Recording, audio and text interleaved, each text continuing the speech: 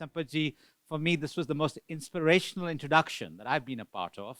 And it's important because as an evaluator, we sometimes get very narrow and we lose sight of the bigger picture. And let me sort of first compliment both Sampath and Shailendra Dwivedi there.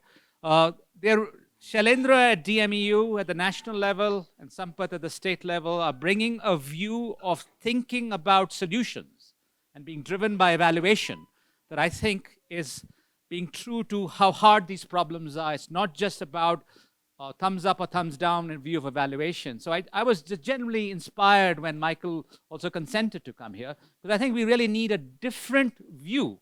When we talk about leadership, we talk about results, we need a system of evaluation that is supportive of that. So in the next 5 minutes, I'm going to honor my 5 minutes. I'll go through it quickly. Pratik, if you could just go ahead.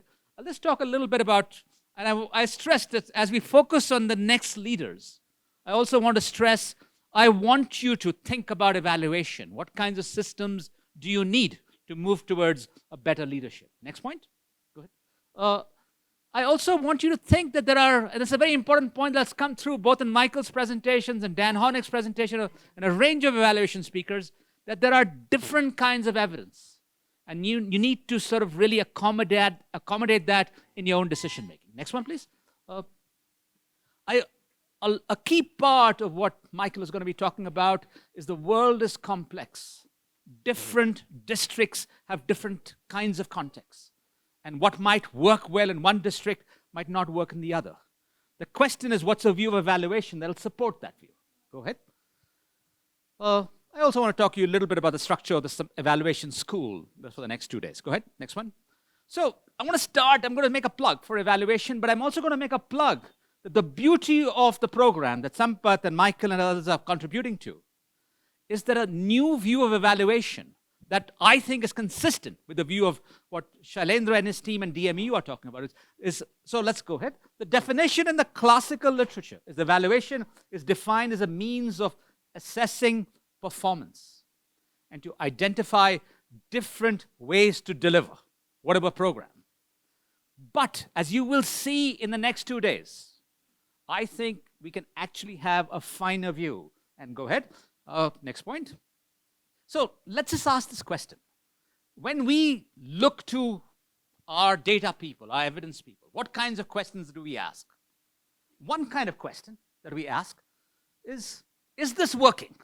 Is this intervention that I'm implementing in my district, is that making a difference?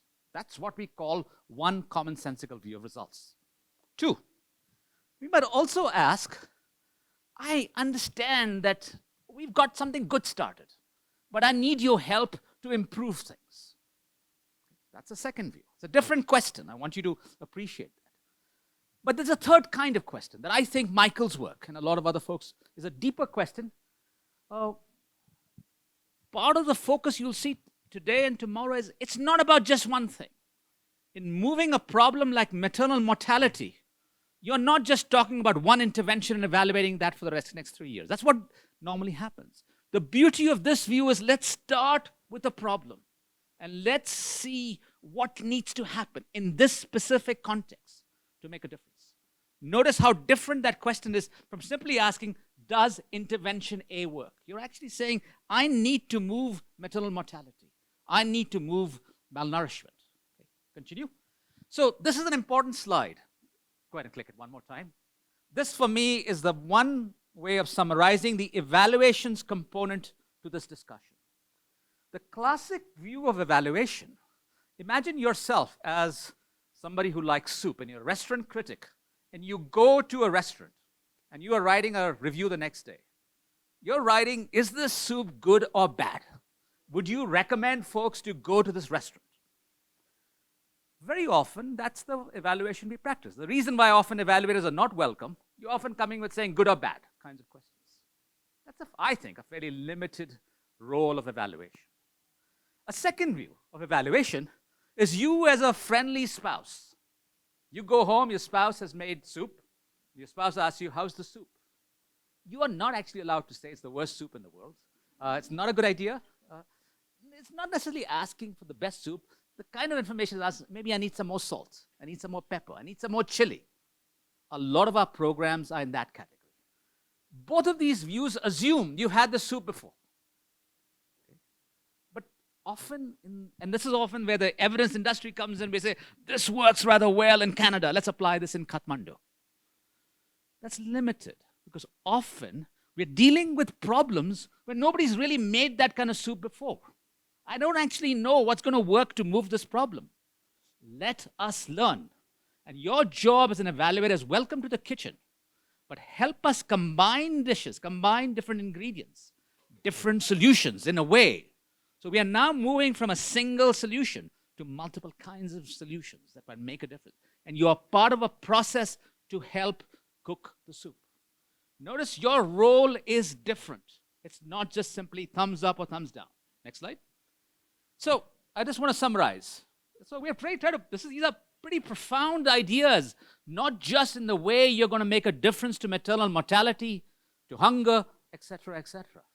It's about profound also for the role of how we think about measurement, learning, and evaluation in this space, and how do we move beyond mechanical systems in making a difference. So today, go ahead, Pratik. So we start off with Michael and team talking, and this is where I think I just really want to compliment Michael, Sampath and his team, the fact that you've actually thought about deeply about adaptations. Too often we start pretending we already know the solutions. I think let's take adaptation seriously. So the first part of today is there.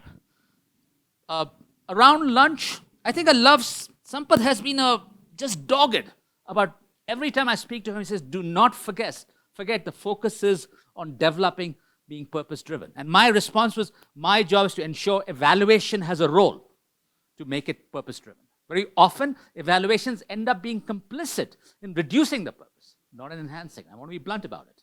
So there's a discussion on accountabilities and managing for motivation. Go ahead.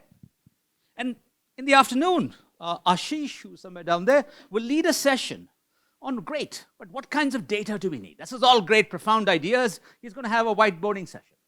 And I think Sandra is going to respond to that. And then, go next. Right towards the end, around 4 o'clock, 4:30 or so, I think of this as a navigation problem. We have a view of where we want to go, but we don't have finely developed roadmaps. Some of Michael's work, a lot of Michael's work, is sort of thinking about, a lot of Sampath's work in Meghalaya. It's about developing such a roadmap. But guess what? The roadmap is in itself incomplete.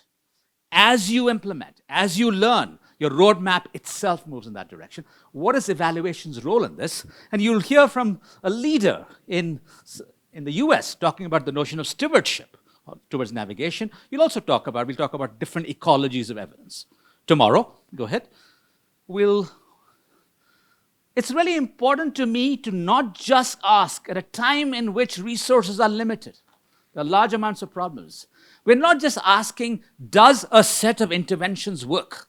We have to ask, are these solutions sustainable? Too often, evaluation has been complicit in focusing on, does something work? I don't think we've been as focused on issues of sustainability. These are very small introductions to ideas. I also want you to sort of think through, what kinds of knowledge do I need to make better decisions? And how can I commission? How can I think about evaluation systems, monitoring systems that'll get us in this direction? Next one. Then we'll turn over to Arun. Where are you, Arun? Arun, to sort of think about the role of performance measurement. He'll talk about strategic planning, and I think that'll be a good way for you to combine some of the discussions on evaluation, but also to sort of really think about, how do we do more dynamic planning? But also the questions I posed to him was really, sometimes change is hard. We cannot start with linear views of pre-post, etc. How do we bring that view itself? Over, next one. I think then just before lunch tomorrow, we have a colleague from South Africa, talking about, these are the lessons we've learned from South Africa. I'm a strong believer that whatever you're working on, you have a chance to learn from other people. Let's do that. So let's learn from South Africa.